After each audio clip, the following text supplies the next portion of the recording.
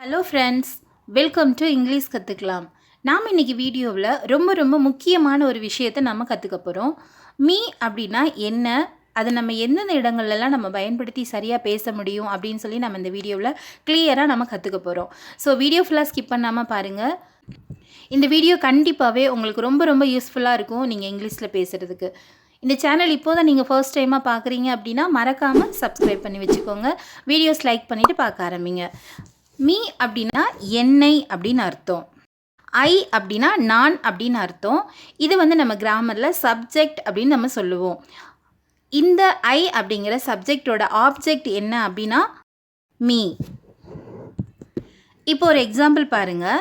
நான் இதை செய்வேன் அப்படின்னு நம்ம சொல்லுவோம் இல்லையா தமிழில். இதை நம்ம இங்கிலீஷில் எப்படி சொல்லலாம் அப்படின்னா ஐ வில் டூ திஸ் அப்படின்னா நான் இதை செய்வேன். இதுவே எனக்கு இதை செய் அப்படின்னு நம்ம சொல்லணும் அப்படின்னா do this to me. So நான் அப்படிங்கிற தமிழ் வார்த்தைக்கும் எனக்கு அப்படிங்கிற தமிழ் வார்த்தைக்கும் உள்ள டிஃப்ரெண்ட் என்ன அப்படிங்கிறத நீங்கள் தெரிஞ்சுக்கோங்க. நான் அப்படிங்கிற சப்ஜெக்டோட ஆப்ஜெக்ட் தான் மீ.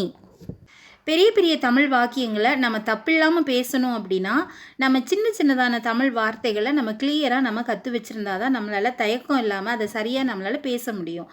ஸோ இப்போ நம்ம கற்றுக்க போகிற இந்த சென்டென்ஸை நீங்கள் கவனமாக கவனிங்க. உங்களால் முடிஞ்சால் கண்டிப்பாக நீங்கள் மனப்பாடம் கூட பண்ணி வச்சுக்கோங்க. இப்போது ஒரு விஷயம் என்னிடம் இருந்து அப்படிங்கிற தமிழ் வார்த்தைக்கு நம்ம இங்கிலீஷில் எப்படி சொல்லலாம் அப்படின்னா ஃப்ரம் மீ என்னிடம் இருந்து. நெக்ஸ்ட் ஒன் பாருங்கள், என்னால் இதை நம்ம எப்படி இங்கிலீஷில் சொல்லலாம் அப்படின்னா பை மீ. நம்ம டெய்லி பேசக்கூடிய நிறைய தமிழ் வாக்கியங்களில் நம்ம இந்த மாதிரியான சின்ன வார்த்தைகளை கண்டிப்பாகவே நம்ம பேசுவோம் இல்லையா? ஸோ அதனால் கவனமாக கவனிங்க. என்னால் அப்படிங்கிற தமிழ் வார்த்தைக்கு எப்படி இங்கிலீஷில் சொல்லலாம் அப்படின்னா பை மீ, என்னால். நெக்ஸ்ட் ஒன் பாருங்கள், எனக்காக அப்படிங்கிற தமிழ் வார்த்தைக்கு இங்கிலீஷில் எப்படி சொல்லணும் அப்படின்னா ஃபார் மீ, எனக்காக. நெக்ஸ்ட் ஒன் பாருங்கள், என்னுடன் சேர்ந்து விளையாடு, என்னுடன் சேர்ந்து படி. இந்த மாதிரியான தமிழ் வாக்கியங்கள் இங்கிலீஷில் எப்படி சொல்லணும் அப்படின்னா வித் மீ அப்படின்னா என்னுடன். நெக்ஸ்ட் ஒன் பாருங்கள், நான் இல்லாமல். இந்த தமிழ் வார்த்தையை நம்ம எப்படி இங்கிலீஷில் சொல்லலாம் அப்படின்னா வித்தவுட் மீ, நான் இல்லாமல். நெக்ஸ்ட் ஒன் பாருங்கள், என்னை போல இதை எப்படி சொல்லலாம் அப்படின்னா லைக் மீ அப்படின்னா என்னை போல. நெக்ஸ்ட் ஒன் பாருங்கள், என்னை போல் இல்லாமல். அன்லைக் மீ என்னை போல் இல்லாமல். நெக்ஸ்ட் ஒன் பாருங்கள், எனக்கு முன் இதை எப்படி நாம் இங்கிலீஷில் சொல்லலாம் அப்படின்னா பிஃபோர் மீ அப்படின்னா எனக்கு முன். நெக்ஸ்ட் ஒன், எனக்கு பிறகு இதை நம்ம எப்படி சொல்லலாம் அப்படின்னா ஆஃப்டர் மீ அப்படின்னா எனக்கு பிறகு. நெக்ஸ்ட் ஒன் பாருங்கள், எனக்கு முன்னால் இதை எப்படி சொல்லலாம் அப்படின்னா இன் ஃப்ரண்ட் ஆஃப் மீ எனக்கு முன்னால். நெக்ஸ்ட் ஒன், எனக்கு பின்னால் இந்த சென்டென்ஸை நம்ம எப்படி சொல்லலாம் அப்படின்னா பிஹைண்ட் மீ எனக்கு பின்னால். நெக்ஸ்ட் ஒன் பாருங்கள், எனக்கு அருகில். இந்த எனக்கு அப்படிங்கிற வார்த்தையை வச்சு நம்ம அதுக்கு முன்னாடி பின்னாடி எல்லாம் நம்ம எழுதக்கூடிய நிறைய தமிழ் வாக்கியங்களை எப்படி பேசலாம் அப்படிங்கிறத நீங்கள் கற்றுக்கணும் அப்படின்னா வீடியோ ஃபுல்லாக ஸ்கிப் பண்ணாமல் கவனமாக கவனிங்க. எனக்கு அருகில் இதை எப்படி சொல்லலாம் அப்படின்னா நியர் மீ எனக்கு அருகில். நெக்ஸ்ட் ஒன், எனக்கு பக்கத்தில் இதை எப்படி சொல்லலாம் அப்படின்னா பிசைட் மீ எனக்கு பக்கத்தில். நெக்ஸ்ட் ஒன் பாருங்கள், நாம் இப்போது கொஞ்சம் பெரிய தமிழ் வாக்கியங்களை மீ அப்படிங்கிறதான ஒரு வேர்டு வச்சு நம்ம எப்படி பேசலாம் அப்படிங்கிறத நாம் இப்போ கற்றுக்க போகிறோம். நீங்கள் எனக்கு உதவ முடியுமா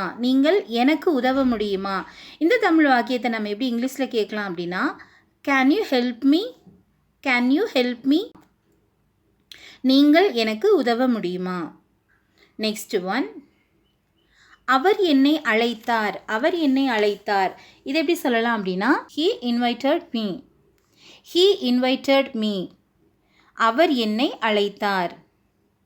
நெக்ஸ்ட் ஒன், என்னை பார்க்க முடியுமா இந்த சென்டென்ஸை நம்ம எப்படி இங்கிலீஷில் பேசலாம் அப்படின்னா can you see me can you see me?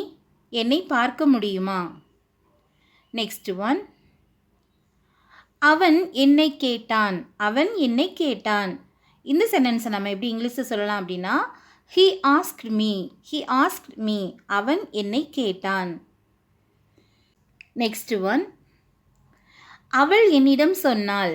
அவள் என்னிடம் சொன்னாள். இதை எப்படி சொல்லலாம் இங்கிலீஷில் அப்படின்னா, she told me. she told me. அவள் என்னிடம் சொன்னாள்.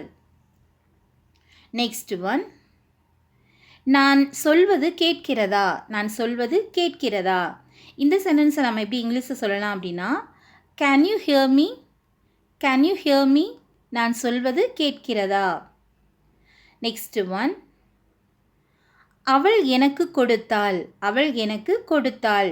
இதை எப்படி சொல்லலாம் அப்படின்னா, she gave me. she gave me. அவள் எனக்கு கொடுத்தாள். நெக்ஸ்ட் ஒன், என்னை கவனி.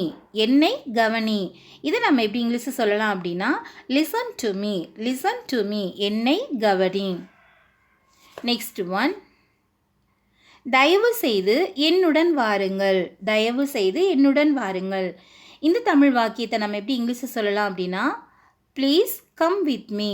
Please come with me. தயவு செய்து என்னுடன் வாருங்கள். நெக்ஸ்ட் ஒன், அனுப்ப முடியுமா. அனுப்ப முடியுமா. இந்த சென்டென்ஸை நம்ம எப்படி கேட்கலாம் அப்படின்னா, can you send me. Can you send me. அனுப்ப முடியுமா. நெக்ஸ்ட் ஒன், அவர் எனக்கு உதவினார். அவர் எனக்கு உதவினார். he helped me. he helped me. அவர் எனக்கு உதவினார்.